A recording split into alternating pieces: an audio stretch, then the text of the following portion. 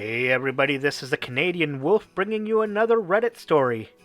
This one comes from the NuclearRevenge subreddit and is titled, Found my girlfriend cheating on me with my close friend. I have him arrested and ghosted her. Let's get to it, pack. Backstory: Incoming sadness. My wife Rachel and I grew up in the largest town of close to 30,000 people. We knew each other at an early age, roughly 6 or 7, can't specifically remember. We were practically inseparable. At 16, we started dating each other. When we turned 18, we moved away for work in a city just a few hours' drive away. By 20, we were married and had bought our first house. At 22, we discovered that she was pregnant with a boy. It was then disaster struck.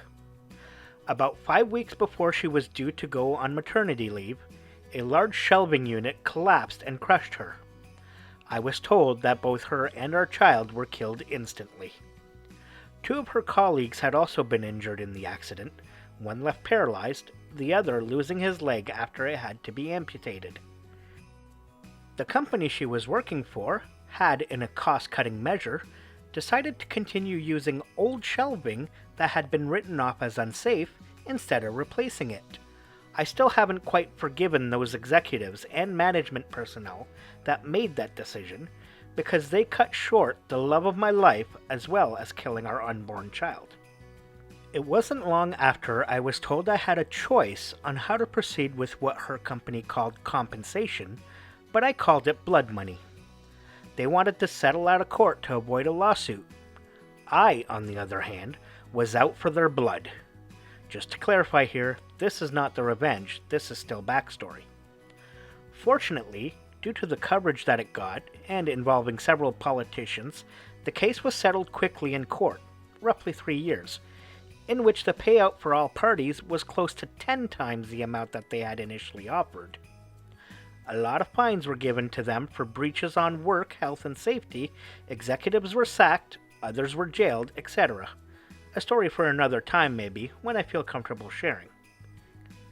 In this time, I was still working my job in telecommunications. My mother, bless her soul, had moved in while all this was happening to help me.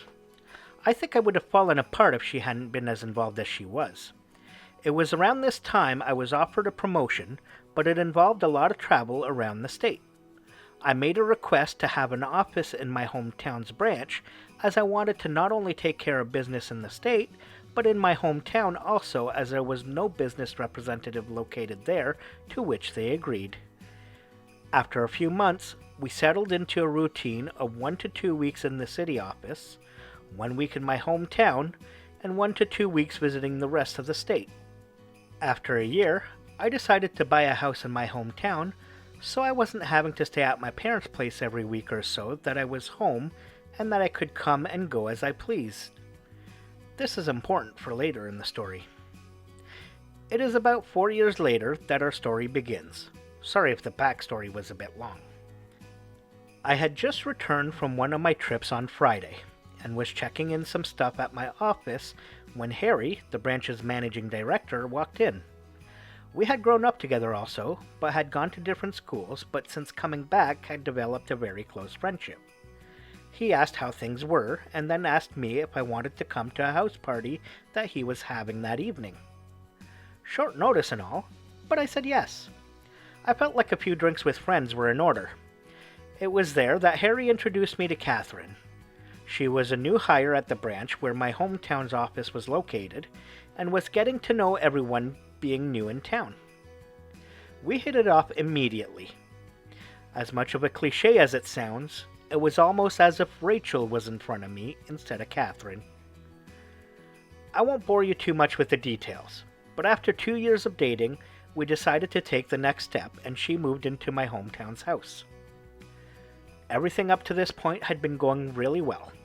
Catherine and my parents got along, and Rachel's parents also approved, and were happy that someone could make me just as happy as Rachel had done. All was going well for close to a year when things began to change. Skype sessions were cut short suddenly. Neighbors would tell me about how a car, described to me like it was Harry's, was always seen parked in the back alley near my house whenever I was away, Some clothes that weren't mine were in my wardrobe. All signs pointed to her cheating, but she said that nothing was happening. She said that Harry would come over occasionally to discuss business, etc., but never stayed the night. I chalked it up to me being paranoid and continued on as if nothing was wrong. But there was always this feeling that something wasn't right. It was close to 6 months after that I discovered that she had been lying to me. I had just finished closing a rather large contract with a new company, and negotiations had wrapped up earlier than I had anticipated. So, instead of sticking around for the next few days, I decided to pay for an early flight home and surprise everyone. Fast forward a few hours, and I drive into my hometown and down the alley behind my house so that I could get into the house without being seen and surprise Catherine. Some part of me was curious, however, as to whether this mystery car was there. Sure enough, there was a car that was blocking the back entrance gate. I was confused for a moment, wondering if it had just been a neglectful neighbor parking, only to realize that it was indeed Harry's car. If it hadn't been for the high hedge line that I had put in a few years back for privacy, I may have well driven past my own place.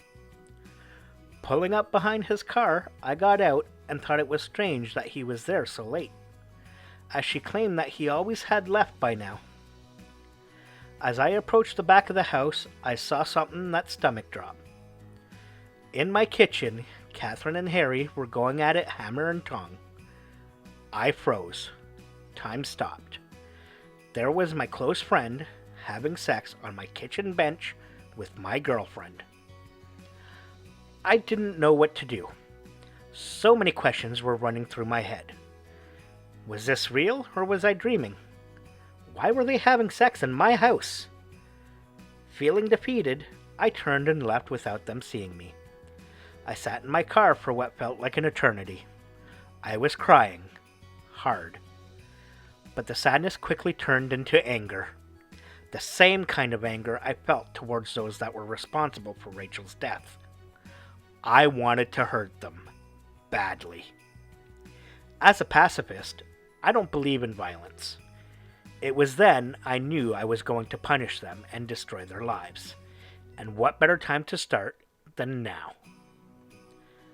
I moved my car back up the alley, far enough away from my driveway that I could still see Harry's car, and then walked back to the gate where I could see into the house, and called her phone. They were still going for it when it rang. They both looked at the caller ID and did a double take when my name came up. I could see that she was considering answering it, and they let it ring out. After a few moments, they were back into it again, and I dialed once again. This time, she did answer. As she was answering, I hung up and made my way back to my car. As soon as I did, she called me back. She asked why I was calling as late as I was, and I told her that it was about 10 minutes from home and didn't want to scare her coming in. She obviously was shocked and acted happy that I was coming, and the call ended very quickly after she said she was going to get up and get changed into something. I said bye and hung up. A few moments later, Harry came peeling through the gate and, still half naked, jumped into his car, took off like a bat out of hell. I smiled a little, knowing the fear that both of them would be feeling from being so close to being caught. I waited a few moments before turning my car into the same place Harry had been moments earlier. The night was fairly uneventful afterwards, and it wasn't until after she was asleep that I got up and went to my office down the hall. I couldn't sleep. I needed to plan, and plan I did. The Revenge. My mother always taught me to be a pacifist and to allow cosmic karma to take its course. But on this occasion, I decided that karma could use a helping hand. I decided to punish them separately, but destroy both of them. I knew that Harry had a drug habit. Nothing major, but he kept it very private. I only knew about it accidentally after seeing some coke and weed left out in his place, but pretended I hadn't seen it when he had made attempts to cover it up. I began calling some of my more unsavory clientele and made a few discreet inquiries into obtaining some samples that they were willing to part with. A few days later, I had a decent enough stash for my plan to work. About a month later, I had friends, including Harry, around for a barbecue night. After making sure that I sufficiently liquored up Harry, I told him to stay the night and sleep it off. In the early hours of the morning, I took the drugs and an assortment of my personal belongings and placed them at various places around his car, with the biggest stash in his tire well.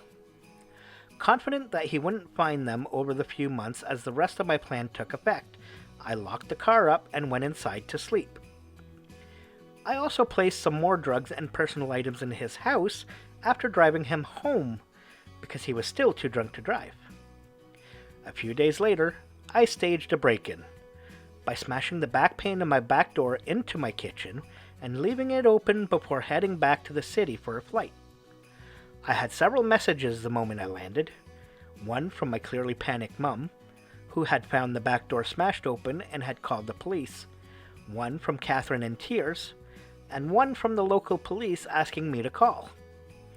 After returning all the calls, I informed the police I was away on business, and that I would be back the following week to talk with them. While away, I got Catherine to stay with my parents until after I got back, and asked my dad to organize one of the local security companies to install cameras and an alarm system after getting the go-ahead from the police as to not ruin the scene of the crime. After getting home, I did the usual, "My God, I can't believe this has happened," and "Why would anyone do this?" routine. After doing a thorough check of everything, finding that the items I had taken were missing, and filing a police report, I had the security company's rep talk Catherine and I through how the cameras and alarm system worked. Then came the question I had been waiting for. The question of what happens if we are doing some business and don't want it recorded. She acted a bit shy asking this question, but I knew exactly the reason she was asking. He assured us that this was a question he got asked a lot, and we were shown on the home computer, if we wanted to be doing things without it being recorded, how to stop the recording for certain cameras, so that we could protect her modesty. As I was walking him out, I asked him if cameras were turned off, could a notification be sent out, just as a security precaution. He came back in and helped me through how to set up email notifications, and left shortly after. Fantastic. All I had to do was wait. At this stage, I approached r/legal advice for some help in relation to couples law in my country. I needed to make sure that my upcoming plan could legally be done and that I would not be forced to pay out any money or equity to Catherine, as I didn't know if we were classified as de facto couple or not. Being the sole benefactor of Rachel's estates, I didn't want to be left with any nasty surprises where Catherine could take any of the estate away from me. Shout out to those guys and gals there, as they helped me get in contact with a great lawyer who assured me, due to the fact that although we had been dating for close to 4 years, we had not been living together long enough to be classified as de facto, and because I was paying all the utilities on the property that she was living in and didn't pay rent, showed that she had no legal standing to make a financial claim against me. Just to be sure though, he drew up what I felt was a pretty ironclad document, just in case there was any legal trouble. The following week, my work had approached me and offered me a promotion to move back to the city and run the team that I was a part of, meaning I wouldn't need to travel as often and be in the one location, and due to the success of being located in my hometown, that they were considering having 3 to 5 representatives spend 1 to 2 weeks in the larger surrounding towns, including my hometown, as a part of my team. I said yes, and began the process of beginning my transfer, which would take about 6 weeks. Perfect. More than enough time to gather all my evidence. Upon getting back to my hometown the following week, I began to start in motion the rest of my plan. I asked Harry to approve 1 week's worth of vacation for Catherine for 2 weeks' time. I wanted to send her and a friend or two away on a retreat before I made the biggest decision of my life for a second time. He jumped up and gave me a huge hug, congratulating me on being prepared to take the leap again. I hugged him back tight, but not the way I think he imagined it at the time. He agreed and blocked out the week for me. I asked him not to say anything to anyone, as I wanted to make it as big a surprise as I could. I knew that it would spread like wildfire around the office regardless, but that was my plan. That night, I told Catherine that I had booked her and 2 friends to go to a tropical spa resort, all expenses paid for a week. No questions asked, pick 2 friends, and come back to the biggest surprise of her life. She screamed like a kid who had just been told that all the candy in the shop was hers to have. I then told her that the following week, I was going to spend it in the city preparing for a large client who was one of my biggest accounts, and needed some people in my team to help before flying out the following week, and I wouldn't be home until the Monday that she was leaving, so I wouldn't be able to see her, which seemed to disappoint her, but I told her it would be worth it when she returned. What I failed to tell her was that I had decided to take a 2 weeks vacation on the other side of the country, mentally preparing myself for the shitstorm that was about to erupt the moment she stepped foot on the plane, as well as enjoying my first stage of freedom. On Sunday, 2 weeks later, I flew back and began driving home. Once getting there, I'd done a quick pass by my house, and sure enough, Harry's car was there. Like the first night I had caught them, I parked a little ways back and checked the cameras. Asleep in my bed. No surprise, honestly, as I had recorded them constantly do this over the 2 weeks I had been away. I then made my first call to the police, blocking my caller ID. I told them that I was one of my neighbors and saw someone hanging around in their car in the alley behind my house and occasionally passing something through windows to passing cars, while also looking into my yard, and I was concerned that they were dealing drugs and or going to break into someone's property. I gave them his license plate and description. They said they would have someone there in a few minutes, so I thanked them and hung up. I then called Catherine and told her I was about 10 minutes from home, and that I knew she was flying out tomorrow, but desperately wanted to surprise her. Looking back at the footage now, I laugh at the commotion that I am surprised I didn't hear. In a few short seconds, Harry was half-dressed and flying out the back door to his car. At that point, I couldn't have asked for a more perfect scene. As Harry was peeling away, one of the police cars rounded the corner behind me, saw Harry driving away fast, and gave chase. After pulling in, greeting an excited Catherine, and doing all the couple things, she fell asleep again. I, on the other hand, couldn't sleep a wink. The next day, her and her friends were bundled into a car. After they drove away, I had to wait a few hours, but I began to execute my plan. I called my friend who was a removalist, and apologized for the late notice, but needed my place packed and moved on Friday. After agreeing on a time, I told him that he would need to take certain boxes to a storage facility, which he said wasn't an issue. Then I began packing Catherine's belongings. Later that day, I got a call from the police for me to come and identify some property that they had apprehended from a suspect the previous night that fit the description of property I had reported stolen. I grinned to myself, happy that my plan for Harry had grown to fruition, and replied that I would be there shortly to collect it. Of course, when I got there, some of the items were still unaccounted for, due to the fact that they must have still been in his house, and they hadn't searched there yet. By this stage, the town was buzzing with news. Events in my hometown don't stay secret for long. Harry was disgraced and promptly fired for his possession of drugs and stolen property, and our respective bosses on behalf of the company had extended a formal apology towards me during the week. That night, I went to my parents' house and told both mine and Rachel's parents what had happened, omitting certain details, and that I was moving back to the city after being promoted, but Catherine wouldn't be a part of it. They were pretty upset initially that I hadn't let them know what was going on, but were happy that I was handling everything maturely and hadn't sunk to their level, though they didn't agree with ghosting Catherine. But after some drinks, laughs, and tears, I went home. On Friday afternoon, after a busy week of organizing cleaners for the following week, the real estate to put my house on the rental market, and various other tasks at my hometown's office, I packed some things into my car and drove to my parents' place and said goodbye before the drive. Before leaving, I went to Becky's house. Becky had been one of Rachel's closest friends growing up. She was the only other person who knew what was happening, minus the details about Harry. Without her help, I wouldn't have been able to organize everything as quickly as I had. I gave Becky a large manila folder with my gathered evidence of her cheating, as well as the letter and a few other legal documents from my attorney stating that she was ordered not to contact me, and the details of how to access her belongings located at the storage unit I had rented out. After a quick goodbye, I left and drove back to the city.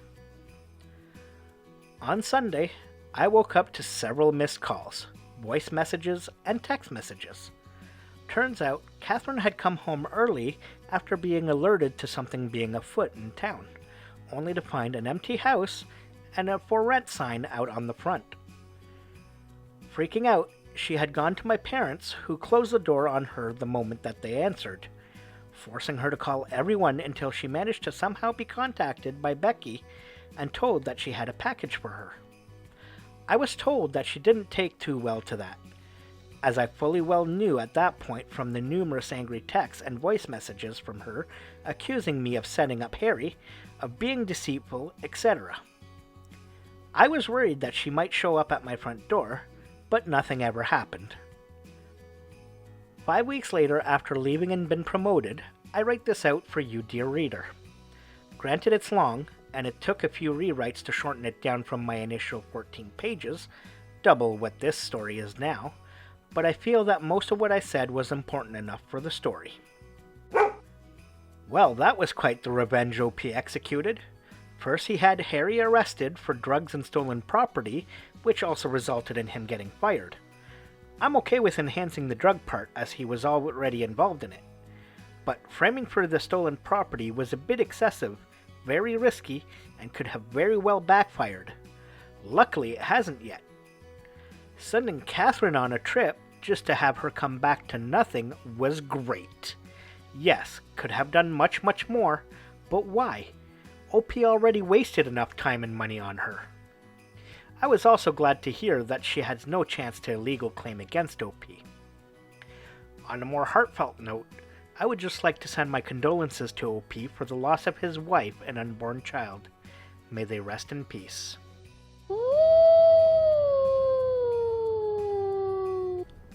Well everyone, thank you very much for watching the video. I hope you enjoyed this story. If so, make sure to hit that like button and go give the author an upvote on Reddit. Don't forget to hit that subscribe button and turn on the notifications so you know when my next video comes out. This is the Canadian Wolf saying, stay wild.